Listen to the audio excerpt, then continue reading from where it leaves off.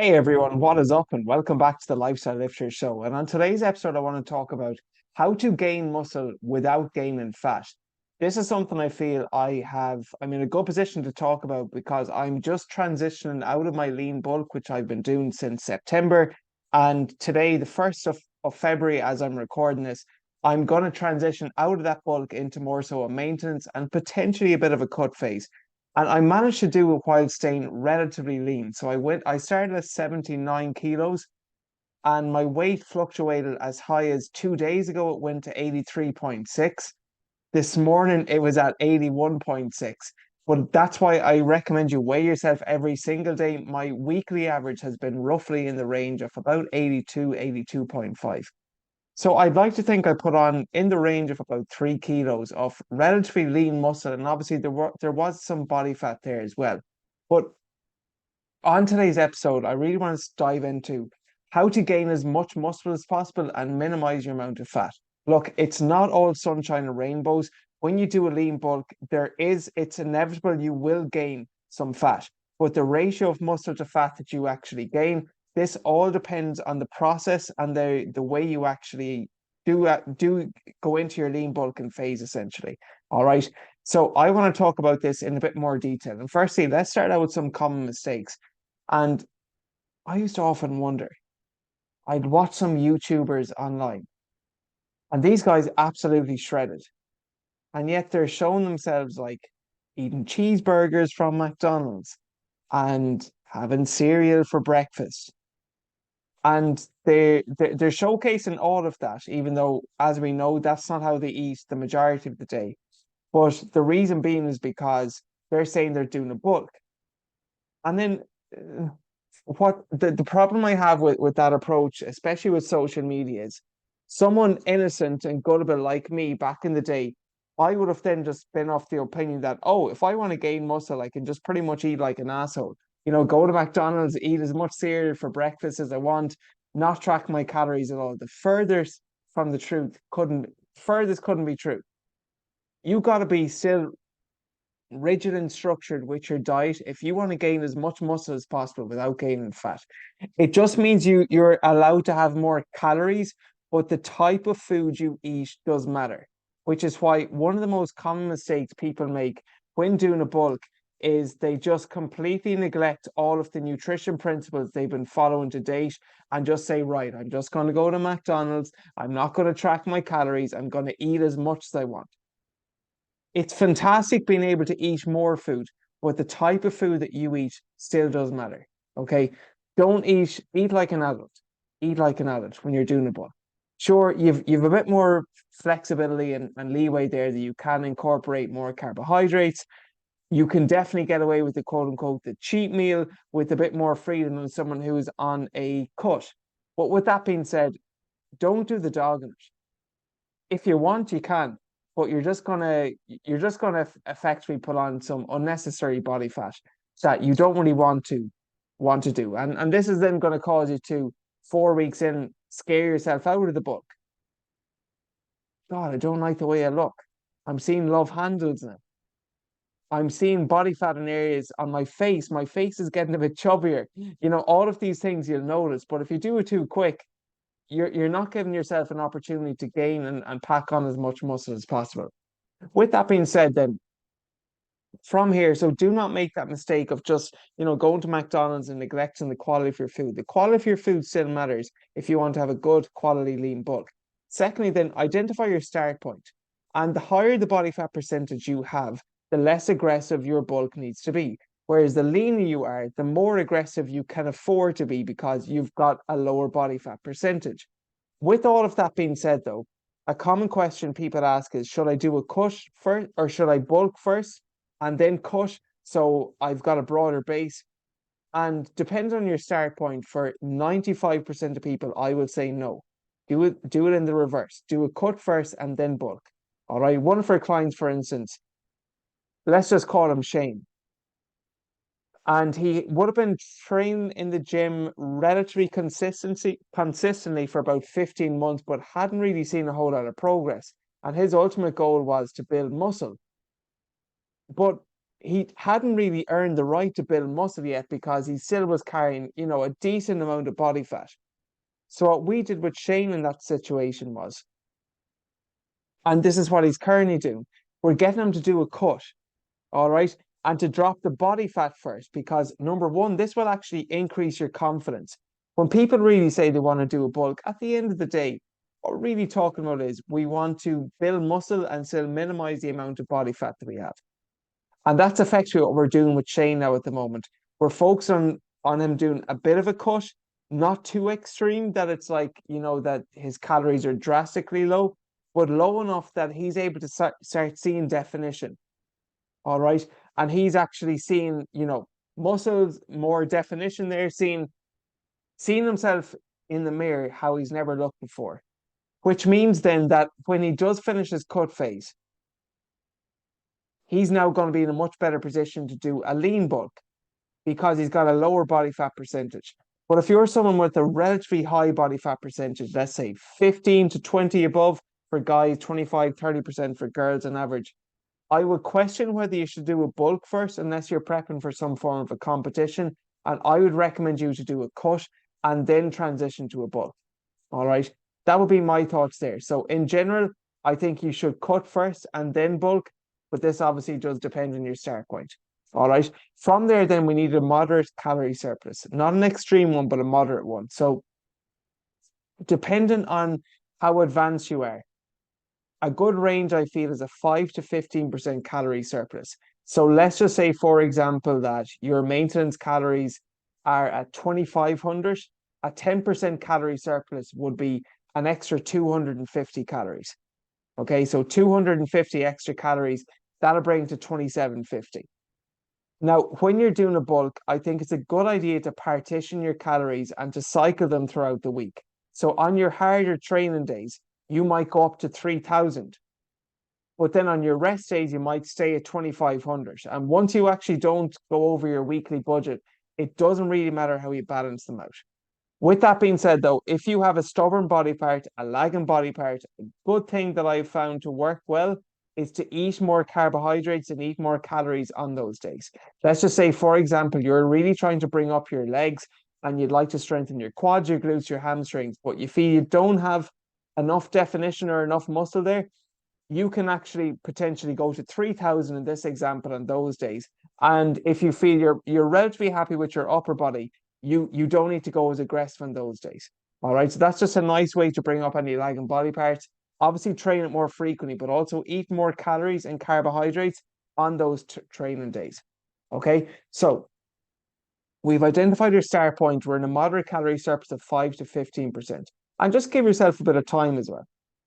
I would say, identify where your maintenance calories are at. A great way of doing this is just tracking your calories meticulously for 1 week. And if nothing changes there at all, let's just say you're having 2,500 calories every single day and your weight does not change at all for the full week, that's a good indication that you're in and around your current maintenance calories. So if you want to gain now and go from maintenance to a gaining phase, you've got to increase. If you're at 2,500 and you track your calories meticulously and you lose weight, you're starting to lose weight after a week or so, that could be an indication that your maintenance calories are actually higher than 2,500. And of course, the reverse is also true. So you need to have a good idea of where your maintenance calories were. For me, back in September, when I started the lean bulk, they were averaging from when I came home from Marbella to just spending the summer in Ireland, they were averaging probably 2,900. Okay, so at the moment now, as I've transitioned out of it, or at least go into maintenance, my maintenance calories are probably 3,300. So I was going as high as 3,600 calories, some days 3,800 or 4,000 on harder training days.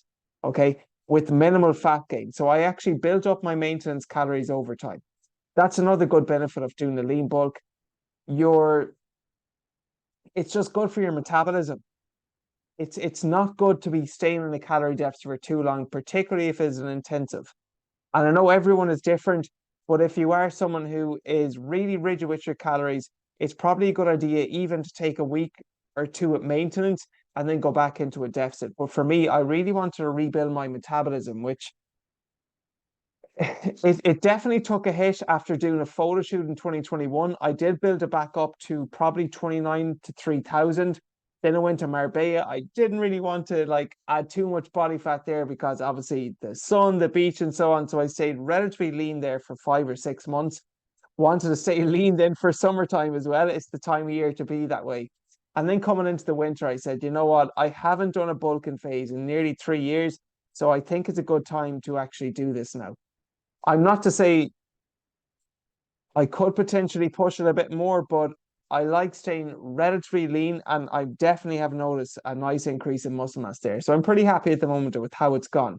But spiraling off there, your maintenance calories might actually increase then as you go through your lean bulking phase. So you might need to adjust your calories accordingly. For example, if my maintenance were 2,900 at the start, I didn't just go straight to 3,600. That's much more than 5 to 15%. I went to about 3,200.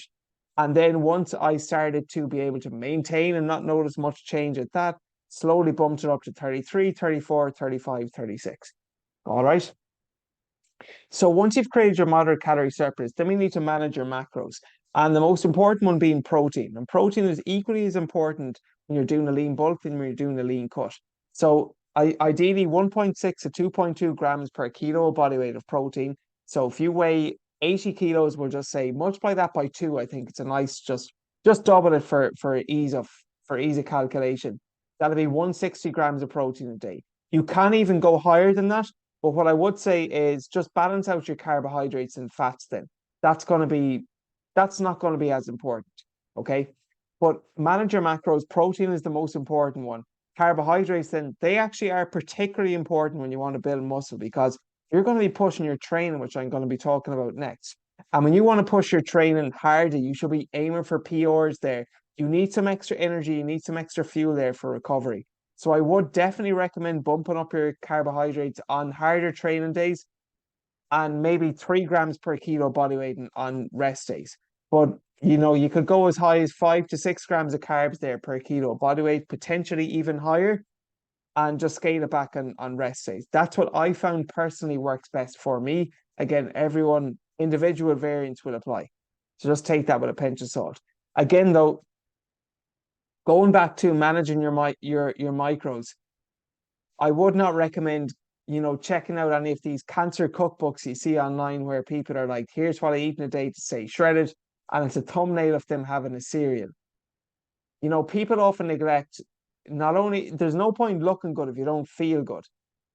And a lot of those influencers, they might look good on the outside, but inside, they can't be feeling very, very good. We know ourselves how we feel after devouring some ice cream, some chocolate, some McDonald's. You feel like a bag of you know what. All right. So again, going back to the first point, type of food does matter. Still try, apply, and implement the 80/20. 80% of your food from real single ingredient whole foods. An apple is just an apple. You don't need to look at the label or the ingredients in that. Whereas an apple juice, that's got more what we call quote unquote processed foods, processed ingredients. Try stick to the 80/20 or 90/10, whatever works best for you. Now, I will say though, as you're doing the lean bulk, you should probably increase the frequency of your meals and have the same or similar number of calories in every single meal. So 4 meals a day, I would say 2750. That would roughly equate to what, 700, just short of 700 calories per meal. I did make this mistake before in the past of some of my meals being smaller. And then at night, you got to like get in 1300 calories and you're going to bed on a full stomach and waking up stuffed the next day. Learn from my mistakes, partition and balance your meals out accordingly. It just requires a small bit of planning. Look at your MyFitnessPal. What's my breakfast coming into? What's my lunch? What's my dinner one, my dinner two, or what's my dinner? What do I have left for snacks there in between? And ideally, you want to balance those calories out roughly, to be relatively equal. With that being said, I would say timing, while it's not essential, it does play a factor in this. And protein at every single meal, that's going to be a fundamental. But then I would make sure that you are having your carbohydrates in and around your workout. So before and after your workout, that's the window of opportunity there for your carbs. Beforehand, because it's going to give you energy during your workout. Post workout, because your body is like a sponge. Okay, you've used up those carbohydrate fuels. they need to be restored. So that's why it's a good idea to have a carbohydrate and protein-based meal post-workout. For your fats, then you want to keep your fats away from your workout window and have them like later on or earlier in the day. So, for example, I probably wouldn't be recommended having like an avocado or devouring a huge steak before a workout. It might be better to stick to leaner meats and just protein and carbs. And then for the rest of the day, outside of that, that's where you can have your healthier fats. Okay. So just some general tips there on managing your macros and also your micros. Um, what I found worked well for me is a ratio of about 2 to 2 or even 3 to 1 of carbohydrates to protein post workout. So I'll have anywhere of upwards of 200 grams of oats I was having at one stage with about one and a half scoops of protein in there just post workout. I know it's a lot of oats, but that's what I needed to do. I found having 4 meals a day that worked well for me with a nice balance of protein at every single meal. 2 of those meals contain veggies and also just getting in my carbohydrates and my fats. What I will say though is if you're someone who has a hard time digesting food or you feel there's a lot of eating involved in doing a lean bulk, a great way to at least help your digestion is to incorporate shakes. So you could be doing something like maybe 3 meals plus one shake. And in that shake, then when you drink your calories as opposed to eat your calories, your body breaks them down that bit easier, which means it's going to help with your digestion and it's not going to make you feel as stuffed or as full. That's why often you can have a smoothie with like 6 pieces of fruit I used to have back in the day. And had I individually eaten an apple, an orange, a plum, pear, I probably wouldn't have been able to eat them back to back, but because I blended them up, it just became much, much easier.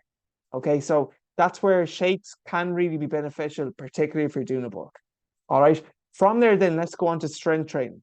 And look, you probably want to be doing a minimum of 3 times a week in the gym, particularly for doing, gaining as much muscle as possible with minimal amounts of fat.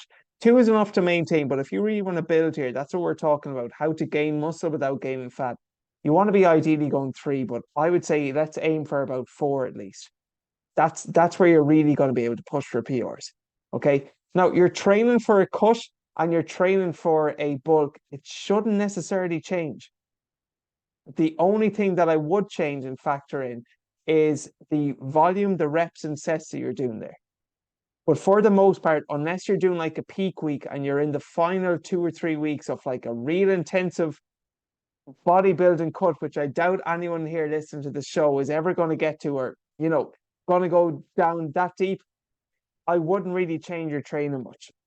If you are in that position, you might want to, reduce or scale back your leg workouts because they will take you longer to recover from, and potentially take out some compound lifts because there's an increased risk of injury with doing those in a depleted energy state.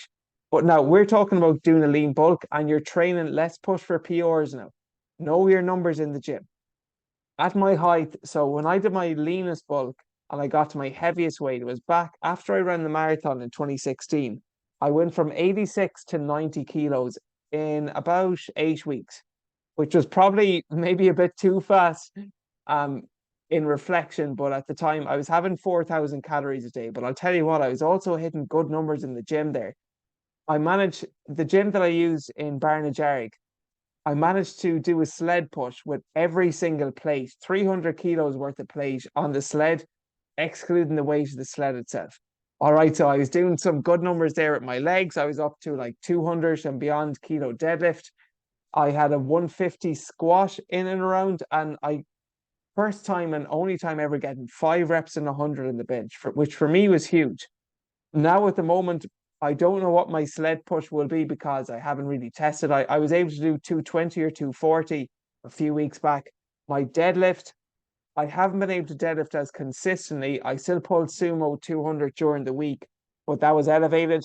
My squat, my squat now has really gone up. I was able to do I think I did 130 at an 18-inch box for 3 there, and it was an 8 out of 10 intensity, so I was quite happy with that. And my bench, I'm not sure, I'd say maybe a single at 105, 107 maybe. That's probably my 1RM at the moment. So my numbers have gone up, but they did decrease for a while there during the pandemic when I wasn't able to train as hard, and during my cut as well. So it's a really enjoyable time to actually train when you're doing a lean bulk, because you can really push for PRs and really focus on upping your numbers there. You can get away with doing a bit more volume too, because you're having more calories to help with your recovery. All right. Does this mean now you should completely neglect cardio? No, just don't do too much that it dilutes your strength training. But if you do the right amount of cardio, this would actually benefit your lean bulk, because this is going to help you get more volume in the same amount of time. Let's just say, for example, you do a set of deadlifts and you've no cardio at all and you're gassed for 4 or 5 minutes afterwards. I'm going to smoke you every time if I can recover and reset it for, we'll say, after 2 or 2.5 minutes. I can get double the amount of volume in the same amount of time done. So do not neglect your cardio, particularly your zone 2 steady state cardio, whether it's doing some interval running, which I really like, some steady state on the assault bike, some tempo running. The skier, one of my favorite new piece of cardio machines, or just doing circuits. Do not neglect your cardio. Just don't do too much that it's diluting your strength. In other words, it's probably not a good idea to run an Ironman and also to focus on doing a lean bulk. It's going to be quite difficult. All right. And some commonly asked questions then when it comes to doing a lean bulk. So these include, how much muscle should I expect to gain? And I would say with the right approach, for guys, about 0.3 to 0.5 kilos of body weight a week, which would be per month, you could be looking at roughly 1.2 to 2 kilos of muscle a month. And then for girls, I feel 0.2 to 0.3 kilos of muscle a week, which would be per month 0.8 to 1.2 kilos of muscle a month. All right. So for guys, per week, 0.3 to 0.5 kilo increase in body weight, and for girls, 0.2 to 0.3 kilos increase in weight. They're generally some decent metrics to aim for, but obviously, again, that's just a general approach. You know your body best, and individual difference will apply. What should I do if I'm not gaining muscle? This is also a common question. And if you're adhering to your calorie surplus, but you're not noticing improvements in your progress, I would say increase your calories by about 100 per week and get more of those calories from carbohydrates. And do this until you find that your weight is fluctuating and it is slowly increasing, and you'll find your sweet spot. Because remember what I said at the start, my maintenance calories were roughly 2,900 when I started my lean bulk, and they got up to 3,300. So had I just stayed at 3,200, I could have been in a calorie or a calorie deficit. So make sure you adjust your calories accordingly as you're going through your lean bulk. And then this is the most common question asked on the internet. Can I build muscle and burn body fat at the same time? And this is known as body recomposition. And it can be done, but there's really only some exceptions. So you can build muscle and burn body fat if you are new to strength training and untrained, which I would say a lot of people are, even if they technically have been going to the gym for a year or two. And I'm not saying that to say that, oh, look at me, I'm great, because I would have been, I've really only started training probably since 2016, which means my first 3 years there lifting were just arsing around in the gym. I thought I was training, I was making some progress, but probably the first 2 or 3 years, I was working out rather than training. So if you're relatively new to training, or you've been working out, but you haven't really been following a structured training program, then you absolutely can build muscle and burn body fat at the same time. Just like if you're the opposite, you've been in the gym for quite a while before in your life, but for maybe the last year or two, you've just been out of it, maybe, family commitments, you've had a child, or you're just somewhat detrained. Again, you're in a good position there to actually build muscle and burn body fat if you're detrained. And then finally, which I hope no one is, everyone do you though. But if you're taking steroids, it's a pretty good position to be able to put on body fat and build some muscle simultaneously. For the most part, though, I would say that if you're not new to strength training, you've been training now, not working out, but you've been training for a few years, you're best to just pick one. Because if you try to do both, you will just stay relatively lean without getting the best of either. Now, you do you. Look, there's no rule that says you have to bulk, but the good thing is it'll just build up your metabolism. It'll give you a broader base that if you ever are to do a cut, you just have a bit more muscle beneath those layers of body fat. All right, so just to summarize everything, how to gain muscle without gaining fat. The most common mistake people make is eating whatever and whenever they want. Okay, still track your calories. Type of food doesn't matter. Identify then your start point and decide on some of the trade-offs as well. I should have mentioned this. What do you want to do? What are you willing to do? What won't you do? I want to build 5 kilos of muscle. I'm willing to train 4 times a week, but I will not. I won't give up my weekends, and I won't give up my weekly or bi-weekly meal out with my partner, with my friends. Fair enough. Let's make those adjustments. Okay, but just identify what you want to do, what you're willing to do, what won't you do. From there, moderate calorie surplus of 5 to 15%. High protein, so about 2 kilos or 1.6 to 2.2 grams per kilo of body weight. Again, for obese individuals, that number might be a bit too high, but that's just a general range if you're at a healthy-ish weight. All right. Remember that the type of food does matter, and I would really be prioritizing carbohydrates, getting some of your extra calories from those to fuel your workouts and recovery. And then finally, strength training 3 or 4 times a week. 4 times really you can push it there. And not to neglect cardio, definitely do incorporate cardio in zone 2.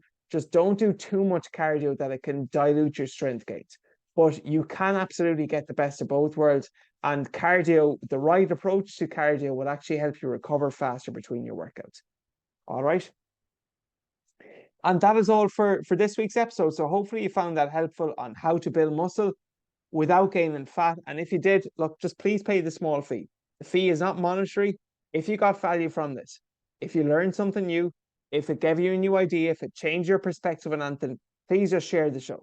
Share the show and leave a 5-star review. I would really appreciate that because podcasts generally grow through word of mouth, which is lifestyle listeners like you spreading the good word. So share the show, tag me on IG at Mac Lifestyle Fitness, and I will also reshare it on my stories. If you didn't learn anything from this, well then you probably weren't listening properly. But if you didn't learn anything, don't share the show.